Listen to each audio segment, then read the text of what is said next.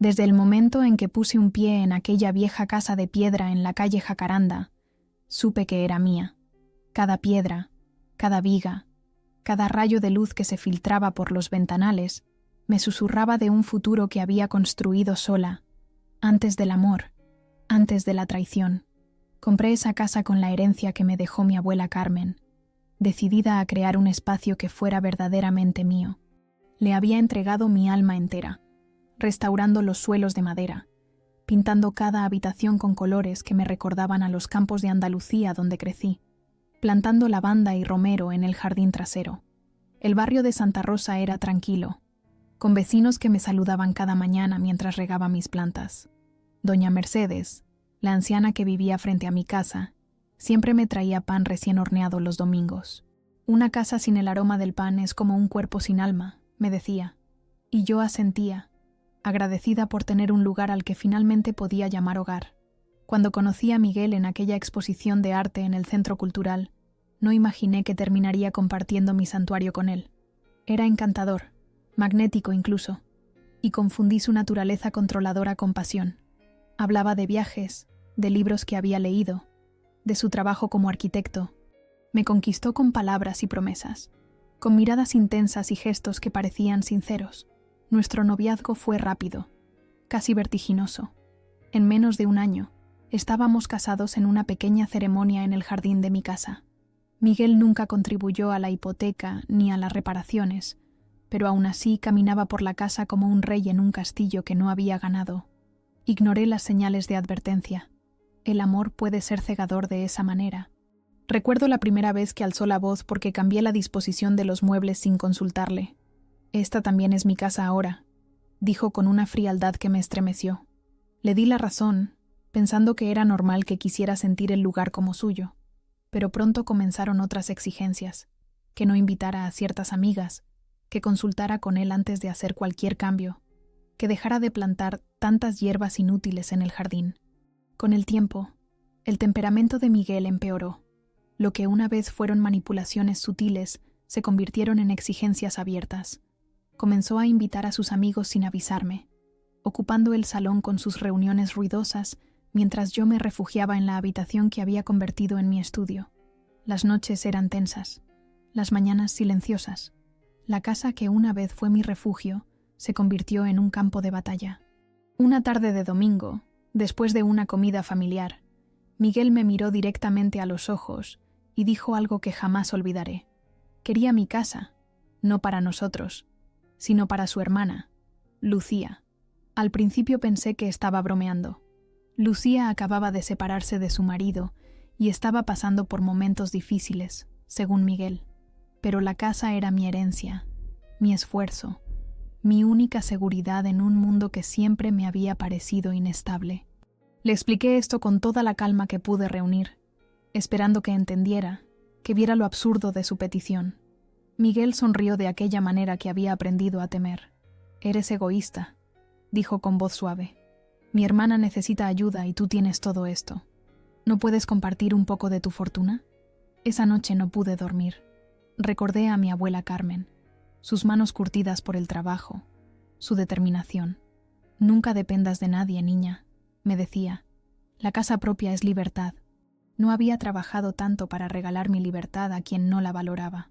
Durante las siguientes semanas, la presión aumentó.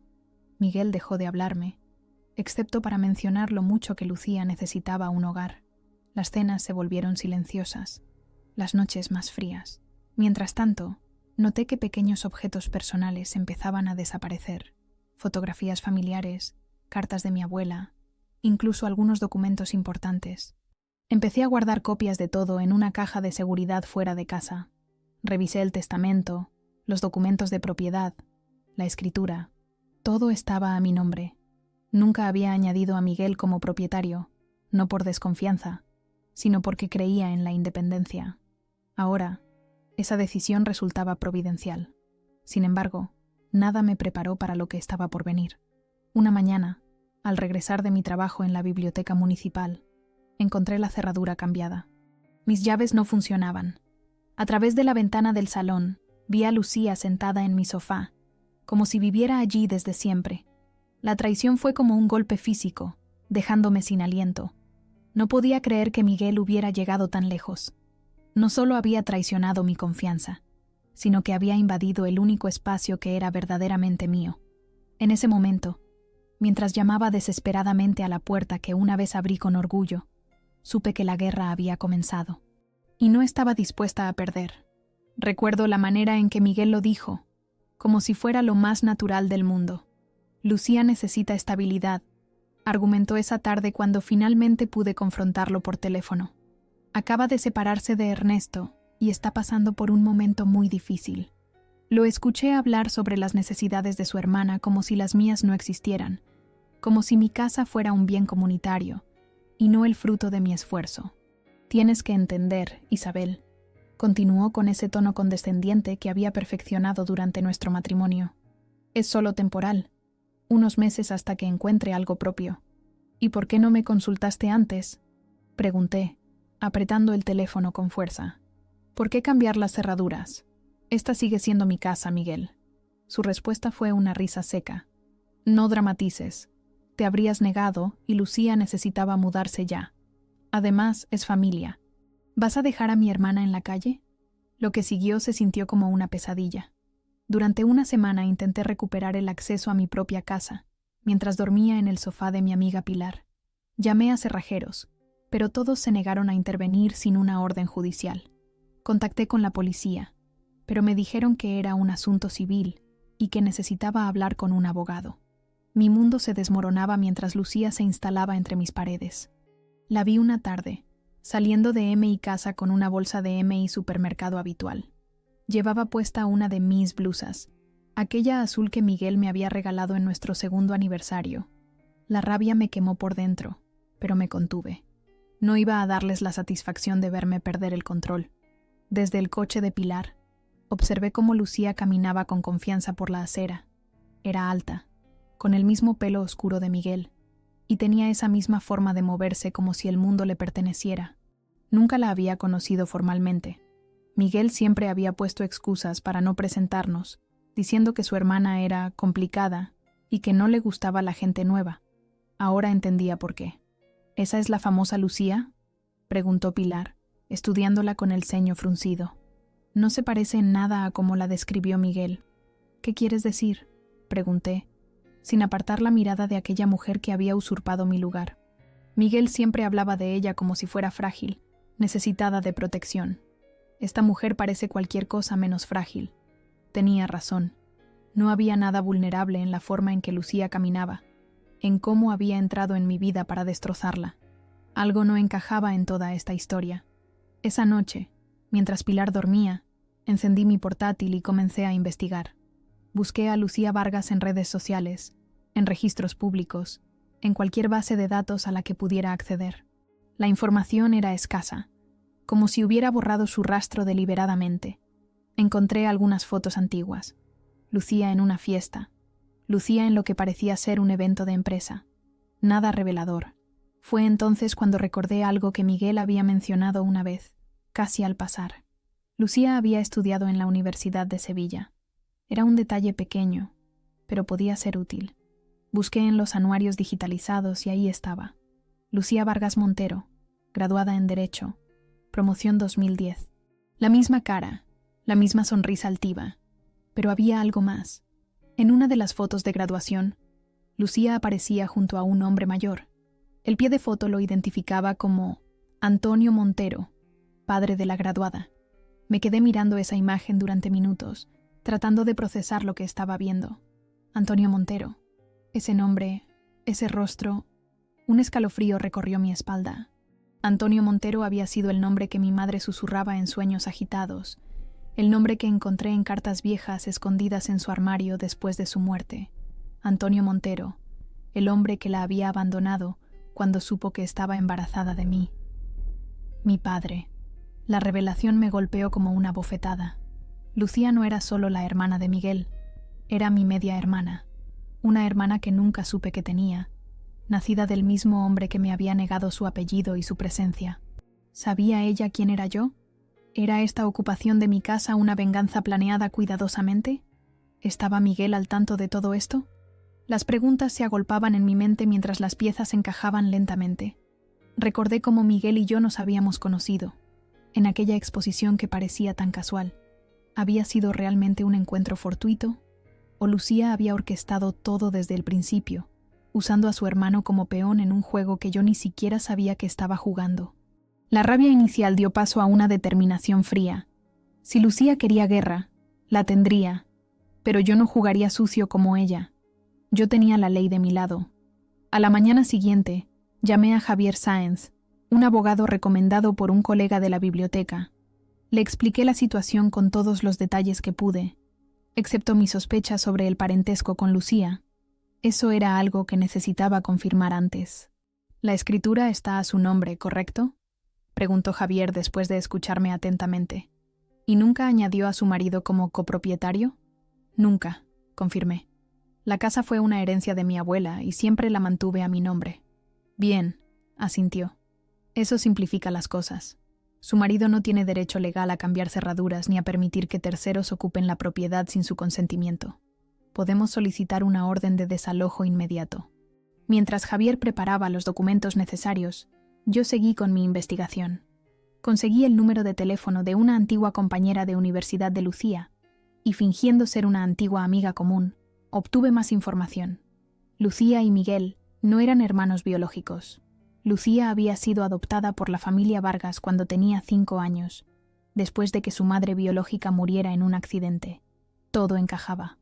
Antonio Montero había abandonado a mi madre para estar con la de Lucía. Cuando ésta murió, él desapareció de nuevo, dejando a Lucía al cuidado de los Vargas. Éramos hijas del mismo hombre, pero nuestras vidas habían tomado caminos muy diferentes. Una semana después, me encontraba frente a mi casa con una orden judicial y 2 agentes de policía. Miguel había sido notificado, pero no estaba presente. Solo Lucía me esperaba, de pie en el porche que yo había pintado con tanto cariño. «Se acabó el juego», dije, entregándole la orden de desalojo. «Tienes 48 horas para sacar tus cosas de mi casa». Lucía tomó el documento y lo leyó detenidamente, sin mostrar sorpresa ni enfado. Cuando levantó la mirada, vi algo en sus ojos que no esperaba. Reconocimiento. «Siempre fuiste tú, ¿verdad?», preguntó con voz queda.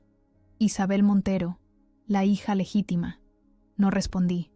No le daría esa satisfacción. «Sabes quién soy», continuó. «Lo has descubierto».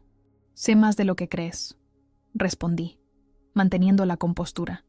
«Y sé que esto no es sobre Miguel ni sobre una casa. Es sobre Antonio». Al escuchar ese nombre, algo cambió en su expresión. Por un momento, vi a la niña que había sido abandonada, a la mujer que había crecido con un vacío que ninguna familia adoptiva podía llenar. Por un instante, casi sentí compasión. Casi. Lucía era mi media hermana. Miguel no lo sabía. De hecho, nadie lo sabía. Mi padre, Antonio Montero, había llevado una doble vida durante años, creando 2 familias separadas que nunca debían encontrarse. Yo había descubierto la verdad hacía tiempo, después de la muerte de mi madre, cuando encontré entre sus pertenencias viejas fotografías y cartas que revelaban la existencia de la otra familia de Antonio. Recuerdo el día exacto en que todo cambió para mí. Estaba organizando las pertenencias de mi madre en la pequeña casa donde crecí, esa que tuve que vender para pagar sus deudas médicas. En el fondo de un baúl antiguo encontré una caja de zapatos llena de cartas atadas con una cinta descolorida. Eran cartas de amor de Antonio a mi madre, fechadas mucho después de lo que yo creía que había sido su abandono. En ellas le prometía que algún día dejaría a la otra y volverían a estar juntos. Entre las cartas había también recortes de periódicos. El obituario de una tal Elena Montero, fallecida en un accidente de coche en 1992, y una fotografía de una niña pequeña con un nombre escrito en el reverso: Lucía, 5 años. No necesité ser detective para unir las piezas. Antonio había estado con esa mujer, Elena, al mismo tiempo que con mi madre. Cuando Elena murió, él simplemente desapareció, dejando a Lucía huérfana. Impulsada por una mezcla de curiosidad y rabia, contraté a un investigador privado para localizar a esa niña. Me llevó meses, pero finalmente descubrí que Lucía había sido adoptada por la familia Vargas, un matrimonio sin hijos que le dio su apellido y la crió como propia. Nunca intenté contactarla. ¿Qué podría decirle? Hola, soy la hija del hombre que abandonó a tu madre y luego te abandonó a ti. Algunos secretos es mejor dejarlos enterrados. O eso pensaba hasta que la vi sentada en mi salón, actuando como la víctima, fingiendo no saber quién era yo, porque ella sabía. Esa era la parte que me hacía reír. La ironía era casi poética. Había pasado años conspirando a mis espaldas, manipulando claramente a Miguel, su propio cuñado, sin que ninguno de los dos se diera cuenta de la sangre que nos conectaba. ¿Cuánto tiempo hace que lo sabes? Le pregunté mientras observaba cómo sus ojos, tan parecidos a los míos, evitaban mi mirada. ¿Saber qué? Respondió, pero su voz tembló ligeramente. Que somos hermanas, dije, pronunciando en voz alta por primera vez esa palabra que nos unía y nos separaba al mismo tiempo. Que Antonio Montero es nuestro padre. Lucía palideció. Durante un instante, pareció que iba a negarlo todo. Luego sus hombros se hundieron, como si le quitaran un peso de encima. Lo descubrí hace 3 años, confesó finalmente. Encontré documentos de mi adopción y comencé a buscar a mi familia biológica. Antonio ya había muerto, pero encontré información sobre ti y sobre tu madre. ¿Y decidiste quitarme mi casa como venganza?, pregunté, sintiendo una mezcla de incredulidad y rabia. ¿Qué culpa tengo yo de lo que hizo nuestro padre? No lo entiendes, dijo Lucía, y por primera vez vi lágrimas en sus ojos. Cuando descubrí quién eras, te investigué. Vi tu vida perfecta, tu casa preciosa, tu trabajo estable, todo lo que yo nunca tuve. Antonio te escogió a ti y a tu madre. Yo fui la descartada, la olvidada. ¿Mi vida perfecta?, repetí con amargura. No sabes nada de mi vida, Lucía. Mi madre murió lentamente de cáncer mientras Antonio nos enviaba migajas para mantener su conciencia tranquila. Tuve que vender la casa de mi infancia para pagar sus deudas. Trabajé en 3 empleos para poder estudiar. Nada me fue regalado. Pero te dejó su apellido, insistió Lucía. A mí me dejó en un orfanato. La miré, tratando de ver más allá de mi rabia.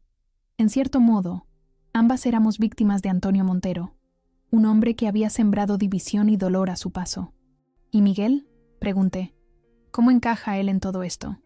Lucía desvió la mirada. Miguel no sabe nada. Nos conocimos por casualidad en una fiesta hace 4 años. Cuando descubrí que estaba casado contigo, pareció el destino. Una oportunidad. ¿Una oportunidad para qué? ¿Para destruir mi matrimonio? ¿Para robarme mi casa? Para conocerte, respondió con voz apenas audible. Para ser parte de tu vida, aunque fuera así. Su respuesta me dejó sin palabras. ¿Realmente esperaba que creyera eso? ¿Que toda esta farsa era solo su retorcida manera de formar parte de mi vida? Pudiste haberme contactado directamente, dije. Pudimos haber hablado como personas civilizadas. En lugar de eso, manipulaste a Miguel, invadiste mi casa y ahora esperas que sienta lástima por ti.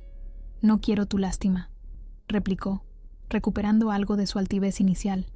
Quiero lo que me corresponde. ¿Y qué es eso exactamente? Una parte de la herencia de Antonio, dijo sin rodeos.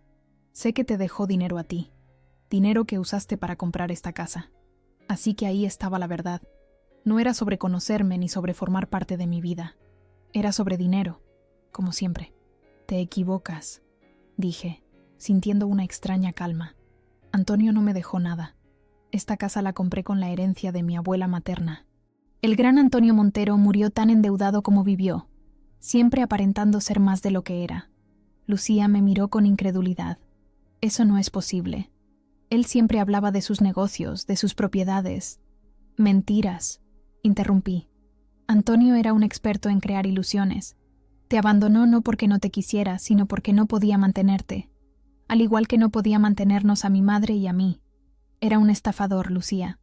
Y parece que has heredado su talento para el engaño. Mis palabras la golpearon como una bofetada. Vi en sus ojos el mismo desconcierto que yo había sentido años atrás, cuando descubrí la verdadera naturaleza de mi padre. No te creo, murmuró, pero su voz carecía de convicción. No me importa si me crees, respondí. Tienes 48 horas para salir de mi casa. Y dile a Miguel que si quiere hablar conmigo, que lo haga a través de mi abogado.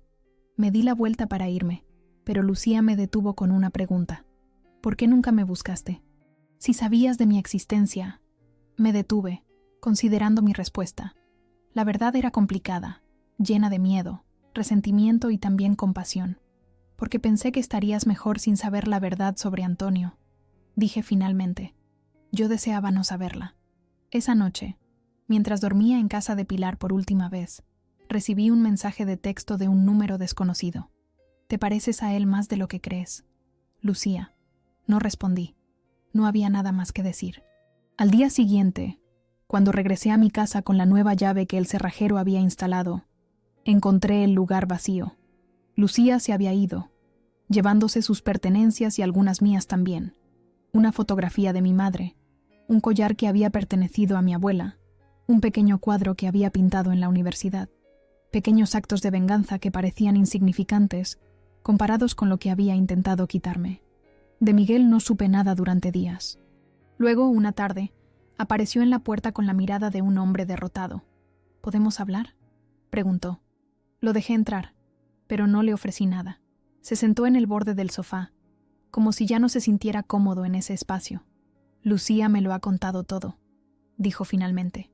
Lo de Antonio, lo de que sois hermanas, medias hermanas, corregí. Y eso no justifica lo que hicisteis. Lo sé, admitió, pasándose una mano por el pelo con gesto nervioso. No tenía idea de vuestra relación cuando le sugerí que se quedara aquí.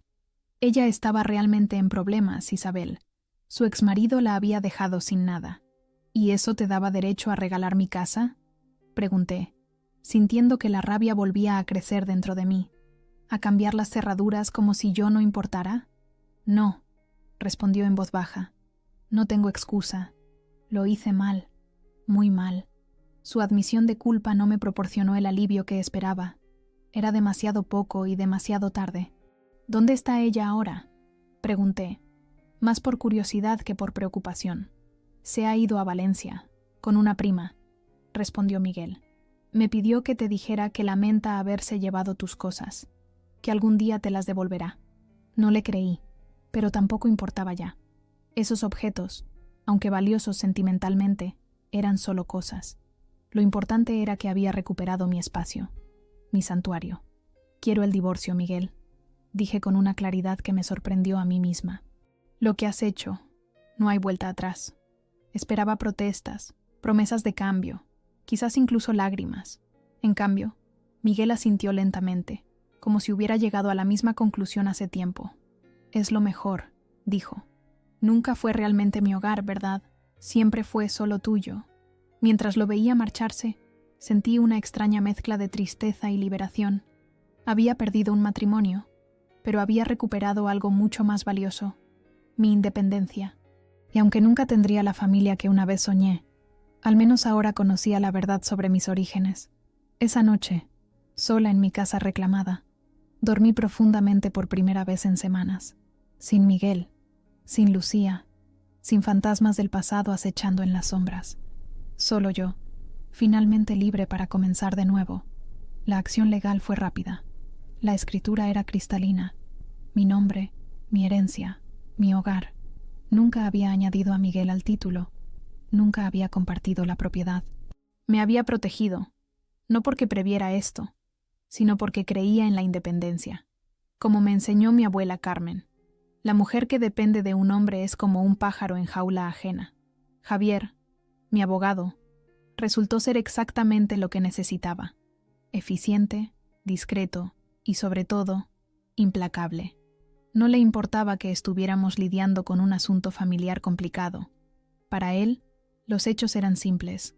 Yo era la propietaria legal. Miguel y Lucía eran ocupantes sin derecho.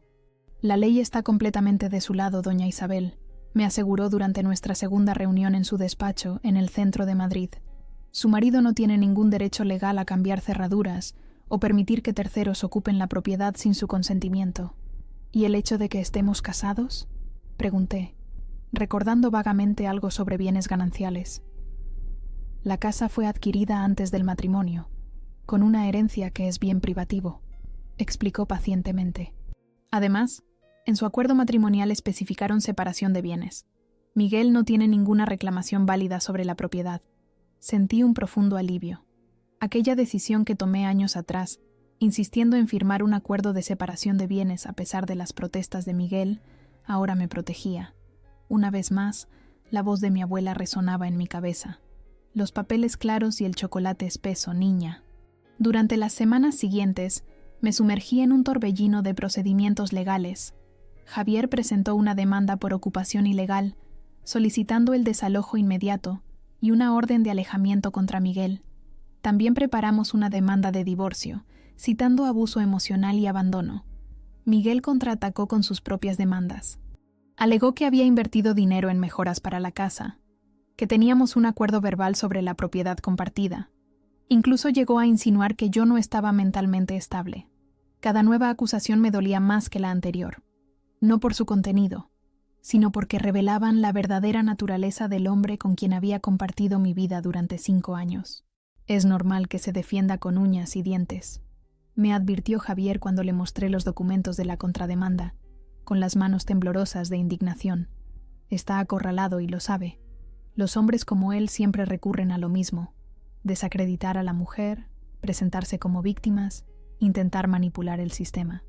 ¿Y si funciona?, pregunté, sintiendo un nudo de ansiedad en el estómago. No funcionará, respondió con una seguridad que me tranquilizó momentáneamente. Tenemos pruebas sólidas, testimonios de vecinos que presenciaron el cambio de cerraduras, los documentos originales de propiedad, incluso mensajes de texto donde Miguel admite haber actuado sin su consentimiento. Con cada documento que firmaba, con cada declaración que prestaba, sentía que recuperaba un poco del control que había perdido. Ya no era la mujer que había permitido que Miguel dictara las reglas en su propia casa. Ahora era una fuerza a tener en cuenta, determinada a recuperar lo que era suyo por derecho. La primera victoria llegó a finales de abril, cuando el juez dictó una orden de desalojo contra Lucía. Tenía 30 días para abandonar la propiedad. Miguel, por su parte, recibió una orden que le prohibía acceder a la casa sin mi consentimiento explícito.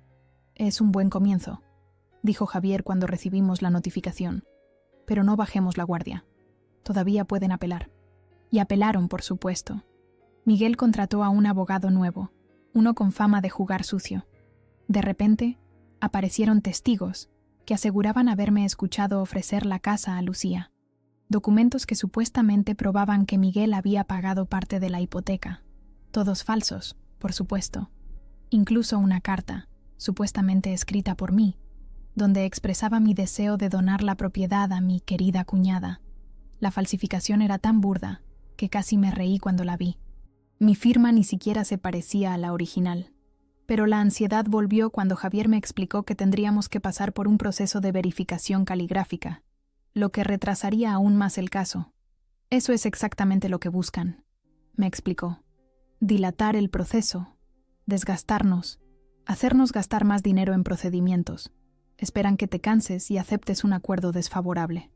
No me cansaré, respondí con una determinación que sorprendió incluso a mi abogado.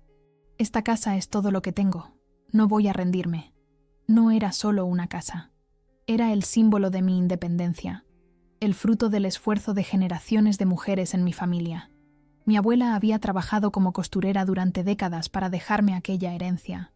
Mi madre había sacrificado sus propios sueños para darme una educación. Yo misma había invertido años en hacer de aquellas paredes un hogar. No iba a permitir que Miguel y Lucía me lo arrebataran con mentiras y manipulaciones. Durante ese tiempo, viví en un pequeño apartamento alquilado en el barrio de Lavapiés, un lugar ruidoso y colorido que contrastaba con la tranquilidad de mi casa en la calle Jacaranda. Pilar me visitaba a menudo, trayendo comida casera y noticias del vecindario. Según ella, Lucía seguía viviendo en mi casa, pero había empezado a sacar cosas poco a poco, como si se preparara para una eventual derrota. Doña Mercedes la vio el otro día cargando cuadros en un coche. Me contó Pilar una tarde mientras compartíamos un café en mi diminuta cocina. Dice que eran tus cuadros, los que pintó tu madre. Sentí una punzada de dolor. Aquellos cuadros eran lo único que me quedaba de mi madre, aparte de los recuerdos. Paisajes sencillos de la costa gallega donde había crecido, pintados con colores suaves que capturaban perfectamente la luz del norte. ¿Crees que debería denunciarlo?, pregunté a Javier cuando le conté sobre el robo. Podríamos, respondió pensativo, pero eso abriría otro frente legal. Quizás sea mejor concentrarnos en recuperar la casa primero. Luego podemos ocuparnos de los objetos robados. Tenía razón, por supuesto, pero cada día que pasaba lejos de mi hogar, sabiendo que Lucía dormía en mi cama, usaba mi cocina, tocaba mis cosas, era una tortura. La rabia se convirtió en mi compañera constante, una presencia ardiente que me mantenía despierta por las noches y me daba fuerzas durante el día. A mediados de mayo, recibí una llamada inesperada. Era Ernesto, el exmarido de Lucía. «No nos conocemos», dijo con voz nerviosa cuando respondí, «pero creo que tengo información que podría interesarle». Nos encontramos en una cafetería cerca de la Puerta del Sol. Ernesto resultó ser un hombre de aspecto ordinario, con ojos cansados y manos que no dejaban de moverse nerviosamente. Me contó que había estado casado con Lucía durante 3 años, un matrimonio que describió como un infierno calculado. Lucía no está en problemas económicos, me reveló, confirmando lo que ya sospechaba. Tiene un buen trabajo como abogada corporativa y un apartamento en propiedad en Barcelona. Lo del divorcio difícil fue otra mentira. Fui yo quien tuvo que escapar de ella, no al revés. ¿Por qué me cuenta esto?, pregunté, aunque ya intuía la respuesta. Porque sé lo que está haciendo, respondió con una mirada de quien ha visto demasiado. Lo hizo conmigo también. Me manipuló para conseguir mis propiedades, mi dinero. Incluso intentó quedarse con la casa de mis padres. Es metódica. Ernesto me proporcionó documentos que probaban sus afirmaciones, estados de cuentas bancarias, escrituras de propiedades, incluso grabaciones de conversaciones donde Lucía admitía sus verdaderas intenciones. Era una mina de oro legal. ¿Puedo preguntarle algo?, dijo Ernesto cuando nos despedíamos. ¿Qué tiene de especial su casa? Lucía podría haberse quedado con cualquier propiedad. Tiene los medios. ¿Por qué ir tras la suya específicamente? No le conté la verdad sobre nuestro parentesco. Algunas historias son demasiado complicadas para compartirlas con extraños. En su lugar, respondí con una verdad parcial. Creo que para ella no se trata de la casa en sí, sino de lo que representa. Es una forma de poder, de control. Ernesto asintió, como si mi respuesta confirmara algo que ya sabía. «Tenga cuidado», me advirtió. «Lucía no se rinde fácilmente, y cuando pierde, se vuelve peligrosa». Esa noche, mientras organizaba los documentos que Ernesto me había dado, recibí un mensaje de texto de un número desconocido. «Deberías preocuparte más por lo que tienes dentro de la casa que por la casa misma». No necesitaba firma para saber quién lo había enviado. Con manos temblorosas, llamé a Javier. «Necesitamos acelerar el proceso», le dije sin preámbulos. «Creo que Lucía está planeando algo». 3 días después, el juez dictó la orden de desalojo definitiva. Los documentos proporcionados por Ernesto habían sido el golpe final. Probaban no solo que Lucía tenía medios económicos suficientes y una residencia alternativa, sino también un patrón de comportamiento fraudulento. La tormenta que había desatado estaba a punto de alcanzar su clímax, y esta vez yo no sería la víctima, sino la fuerza imparable que arrasaría con todo a su paso. Me planté en los escalones de la entrada el día que llegaron los agentes judiciales. El cielo de Madrid amenazaba tormenta, como si la naturaleza quisiera acompañar aquel momento de justicia. Lucía observaba desde la ventana del salón, pálida y aturdida. Miguel no estaba.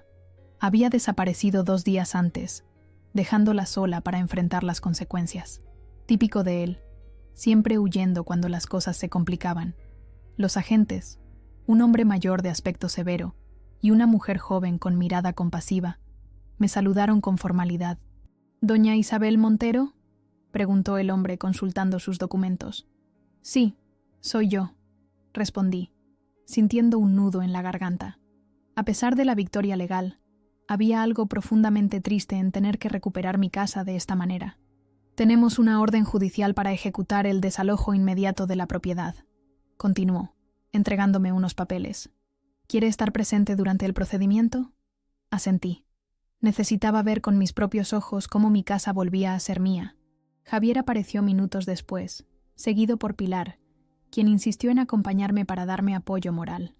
También había contratado a un cerrajero para cambiar todas las cerraduras una vez más, y a un equipo de mudanzas para trasladar las pertenencias de Lucía. Cuando el agente judicial llamó a la puerta, Pasaron varios minutos antes de que Lucía abriera. Llevaba un vestido negro sencillo y tenía el aspecto de quien no ha dormido en días. Sus ojos, tan parecidos a los míos, estaban enrojecidos. «Señora Vargas», dijo el agente, «tenemos una orden judicial para proceder con su desalojo. Tiene derecho a recoger sus efectos personales bajo supervisión». Lucía asintió en silencio y se apartó para dejarlos pasar. Me miró brevemente, sin decir palabra, pero sus ojos transmitían un mensaje claro. Esto no había terminado. Entrar en mi propia casa después de meses se sintió como explorar un lugar a la vez familiar y extraño. Las paredes seguían siendo las mismas, pero la energía había cambiado. Fotografías que no eran mías colgaban en las paredes. Muebles que no reconocía ocupaban espacios que antes estaban vacíos. El aroma de un perfume desconocido impregnaba el aire. Mientras los agentes supervisaban la recolección de las pertenencias de Lucía, recorrí cada habitación, tomando notas mentales de los cambios y los daños. Mi estudio, donde solía trabajar en proyectos de restauración de libros antiguos, había sido convertido en un dormitorio improvisado. Mi cocina, antes impoluta y organizada, era ahora un caos de platos sucios y alimentos caducados. Pero lo que más me dolió fue encontrar el álbum de fotos de mi madre escondido bajo la cama, con varias páginas arrancadas. Las fotos donde aparecía Antonio habían desaparecido. También faltaba la pequeña caja de madera donde guardaba las cartas de mi abuela y algunos documentos personales. ¿Buscando esto?, preguntó Lucía, apareciendo de repente en la puerta del dormitorio. Sostenía la caja de madera entre sus manos. «Eso es mío», dije, extendiendo la mano. «Devuélvemelo, por favor». «¿Cómo Antonio me devolvió a mí?», replicó con amargura. «¿Cómo te devolvió a ti el tiempo que perdiste esperándolo?» «No somos Antonio», respondí, manteniendo la calma. «No tenemos por qué repetir sus errores». Lucía soltó una risa seca, sin humor. «Es fácil decirlo desde tu posición. Tú al menos tuviste una madre que te quería, una abuela que te dejó una herencia. Yo no tuve nada. Tuviste una familia adoptiva que te dio su apellido y su amor», le recordé. «Tuviste oportunidades que yo ni siquiera soñé». «¿Amor?», escupió la palabra como si fuera veneno. «Los Vargas me adoptaron porque no podían tener hijos propios. Me querían como se quiere a un trofeo, algo para presumir ante sus amigos. Miren qué caritativos somos. Adoptamos a una huérfana. Nunca fui suficiente para ellos». Vi algo en sus ojos entonces, algo que reconocí porque lo había visto en los míos propios, el dolor de no sentirse nunca suficiente, de vivir siempre a la sombra de expectativas imposibles. «Lo siento», dije, y lo decía en serio, «pero eso no te da derecho a tomar lo que es mío». Lucía miró la caja en sus manos, como si recién recordara que la tenía. Después de un momento de duda, me la entregó. «No está todo», admitió. «Algunas cartas las quemé». Sentí una punzada de dolor, pero asentí. Entendía el impulso destructivo, la necesidad de borrar el pasado que nos había dañado. Los agentes judiciales llamaron a Lucía desde el piso inferior, indicándole que el tiempo para recoger sus pertenencias estaba terminando. Nos miramos una última vez, un espejo distorsionado de lo que podríamos haber sido en otra vida, con otro padre, con otras circunstancias. «¿Sabes qué es lo peor?», dijo finalmente, con una voz tan baja que apenas la escuché. «Que cuando descubrí quién eras, parte de mí quiso conocerte de verdad, saber cómo eras, si teníamos algo en común aparte de la sangre». «Pudiste haberlo hecho de otra manera», respondí, «sin mentiras, sin manipulaciones». «No sé hacerlo de otra manera», confesó con una honestidad que me sorprendió.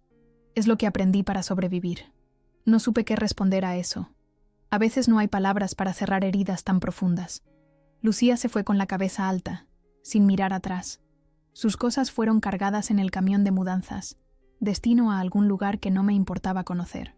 Mientras la veía alejarse, acompañada por los agentes judiciales, sentí una mezcla extraña de triunfo y vacío. El cerrajero cambió todas las cerraduras en tiempo récord, entregándome un juego de llaves nuevas que pesaban en mi mano como un símbolo tangible de recuperación. Javier se despidió con la promesa de seguir adelante con los trámites del divorcio. Pilar se quedó un rato más, ayudándome a poner algo de orden en el caos que habían dejado. «¿Quieres que me quede esta noche?», ofreció mientras barría fragmentos de lo que parecía haber sido uno de mis platos favoritos. No tienes por qué estar sola después de todo esto. Gracias, pero necesito estar a solas con mi casa, respondí, agradecida por su oferta pero decidida a reconectar con mi espacio en privado. Cuando todos se fueron, me quedé en medio del salón, escuchando los sonidos familiares, el crujido de la madera antigua, el zumbido distante del refrigerador, el susurro del viento entre los árboles del jardín. La casa se sentía vacía, pero no en un mal sentido. Se sentía limpia, como después de una tormenta devastadora. Recorrí cada habitación, tocando las paredes como si fueran viejas amigas. En la cocina, limpié a fondo cada superficie, eliminando cualquier rastro de los intrusos. En el baño, tiré todos los productos que no eran míos y llené la bañera con agua caliente y sales aromáticas. Necesitaba un ritual de purificación. Mientras el agua corría, encontré en un cajón del tocador una pequeña libreta que no reconocí. La abrí con curiosidad y descubrí que era un diario. El diario de Lucía.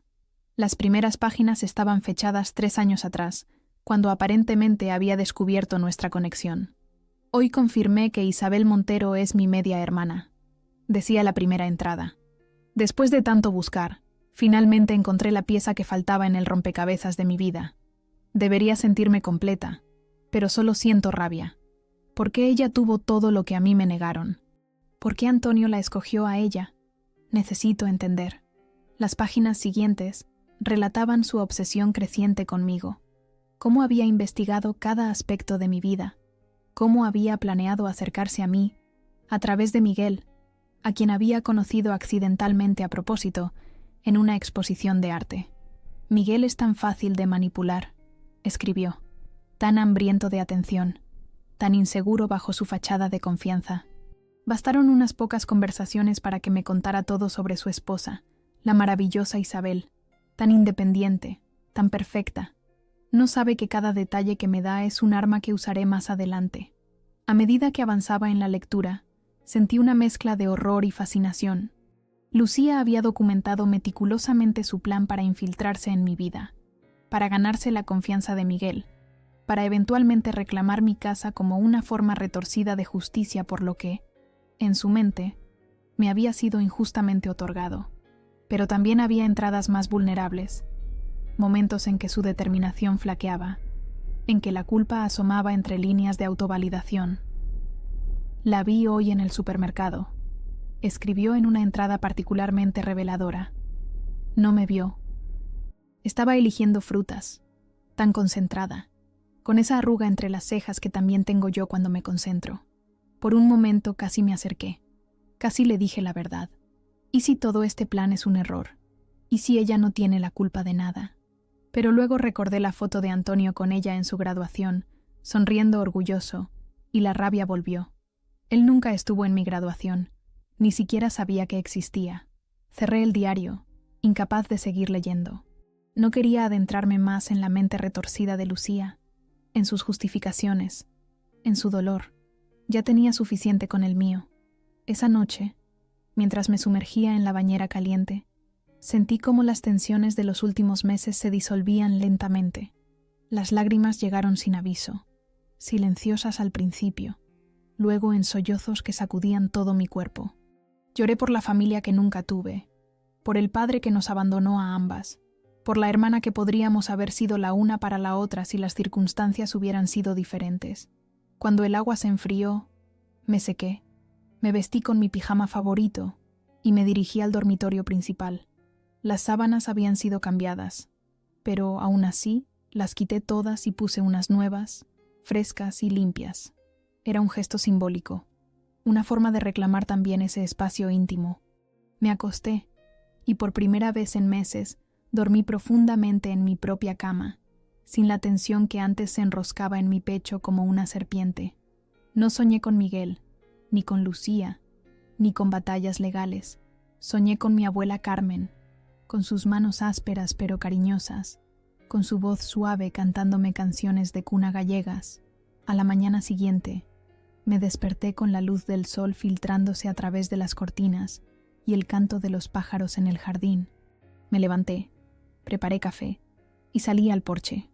Desde allí podía ver el pequeño huerto que había plantado años atrás. La lavanda había sobrevivido, resistente como siempre. El romero necesitaba una poda urgente. Los tomates estaban muertos, pero podía plantar nuevos. Mientras contemplaba mi jardín maltratado pero resiliente, comprendí que la casa nunca volvería a ser exactamente como antes, ni yo tampoco. Ambas habíamos sido transformadas por la experiencia, marcadas por las cicatrices de la invasión y la recuperación. Pero las cicatrices no son siempre algo negativo. A veces son recordatorios de nuestra fuerza, de nuestra capacidad para sanar, para reconstruirnos. Respiré profundamente el aire fresco de la mañana madrileña y sonreí. La reina había reclamado su trono, y ahora era tiempo de restaurar el reino. La verdad, yo había sabido que Lucía estaba conectada con Miguel desde el principio. Lo había orquestado todo. No fue casualidad que se conocieran en aquella exposición en el Centro Cultural. Fue una trampa cuidadosamente preparada, sutil y silenciosa. Ella no me reconoció al principio. Demasiados años, demasiada amargura acumulada. Pero yo sabía exactamente quién era, y sabía lo que quería. Venganza. Todo comenzó 3 años antes, cuando encontré aquellas cartas en las pertenencias de mi madre. Ver el nombre de Antonio Montero después de tantos años abrió heridas que creía cicatrizadas. Pero lo que realmente me impactó fue descubrir la existencia de otra mujer, Elena, y de una hija, Lucía, mi media hermana. Impulsada por una mezcla de curiosidad y resentimiento, contraté a un investigador privado para localizarla. No fue difícil. Lucía Vargas Montero era una abogada exitosa en Barcelona, especializada en derecho inmobiliario.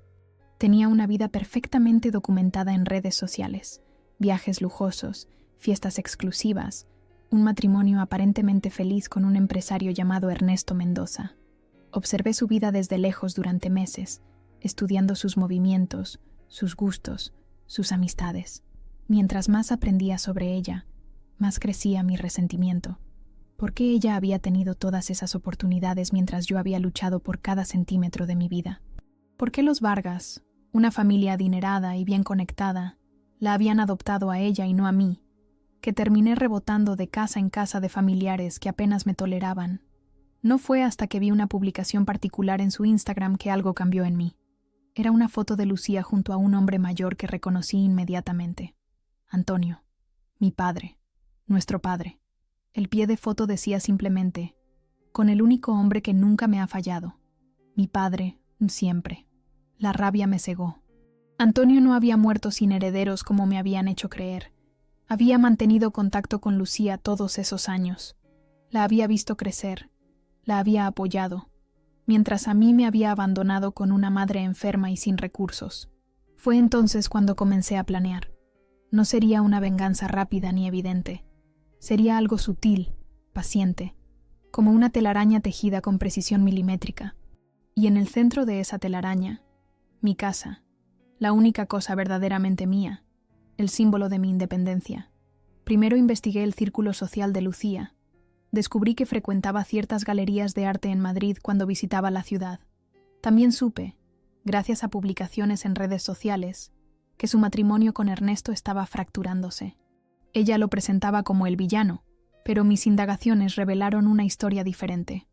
Lucía había intentado apropiarse de propiedades familiares de Ernesto mediante manipulaciones legales. El siguiente paso fue Miguel. Lo conocí casualmente en una cafetería cerca de mi trabajo. No fue difícil atraer su atención. Siempre había sido susceptible a la adulación, y yo sabía exactamente qué decir para intrigarlo. Nuestra relación avanzó rápidamente, tal como había planeado. En menos de un año estábamos casados, y él se mudaba a mi casa en la calle Jacaranda. El verdadero desafío fue mantener a Miguel y Lucía separados hasta el momento adecuado. Madrid no es tan grande cuando se frecuentan los mismos círculos. Finalmente, cuando sentí que era el momento correcto, orquesté su encuentro en aquella exposición de arte de un amigo común. Yo no asistí, alegando un compromiso laboral ineludible, pero insistí en que Miguel fuera. «Te va a encantar la obra de Carlos», le dije. «Y su hermana estará allí. Es una importante abogada de Barcelona. Podrías hacer buenos contactos». Lo que siguió fue como ver una obra de teatro donde yo había escrito el guión, pero los actores improvisaban sus líneas. Miguel quedó fascinado con Lucía desde el primer momento. Ella, sin saber quién era él realmente, Vio una oportunidad cuando mencionó que estaba casado con una bibliotecaria llamada Isabel. Vi crecer su amistad a distancia, fingiendo no darme cuenta de las llamadas a horas extrañas, de los mensajes borrados apresuradamente, de las reuniones de trabajo que se alargaban hasta la madrugada. Vi cómo Lucía plantaba semillas de discordia en mi matrimonio a través de Miguel, sugiriendo que yo era egoísta por no compartir la propiedad de la casa, por insistir en mantener mis finanzas separadas, por no querer tener hijos todavía. Y esperé. Esperé mientras mi matrimonio se desmoronaba lentamente, mientras Miguel se volvía más crítico, más controlador, más distante.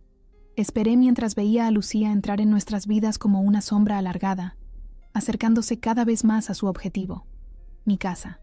Cuando Miguel finalmente expresó que quería que Lucía se mudara con nosotros, temporalmente, debido a su difícil divorcio, supe que mi plan estaba funcionando. Mi negativa fue calculada, lo suficientemente firme para provocarlos, pero no tanto como para hacerlos abandonar la idea por completo. Lo que no esperaba era la audacia con la que actuaron. Cambiar las cerraduras mientras yo estaba en el trabajo, instalar a Lucía como si la casa fuera suya, tratar de intimidarme para que me fuera. Ese fue su error. Su arrogancia, su convicción de que podían avasallarme tan fácilmente, me dio exactamente lo que necesitaba.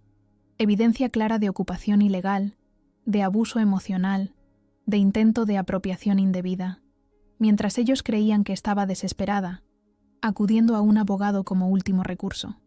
Yo ya tenía toda la documentación necesaria preparada. Había protegido legalmente mi propiedad años antes, asegurándome de que Miguel nunca pudiera reclamar ningún derecho sobre ella. Había guardado copias de todos los documentos importantes en una caja de seguridad. Incluso había instalado discretamente cámaras de seguridad en áreas comunes de la casa, que grabaron muchas de sus conversaciones incriminatorias. Dejar que pensaran que habían ganado fue el cebo perfecto.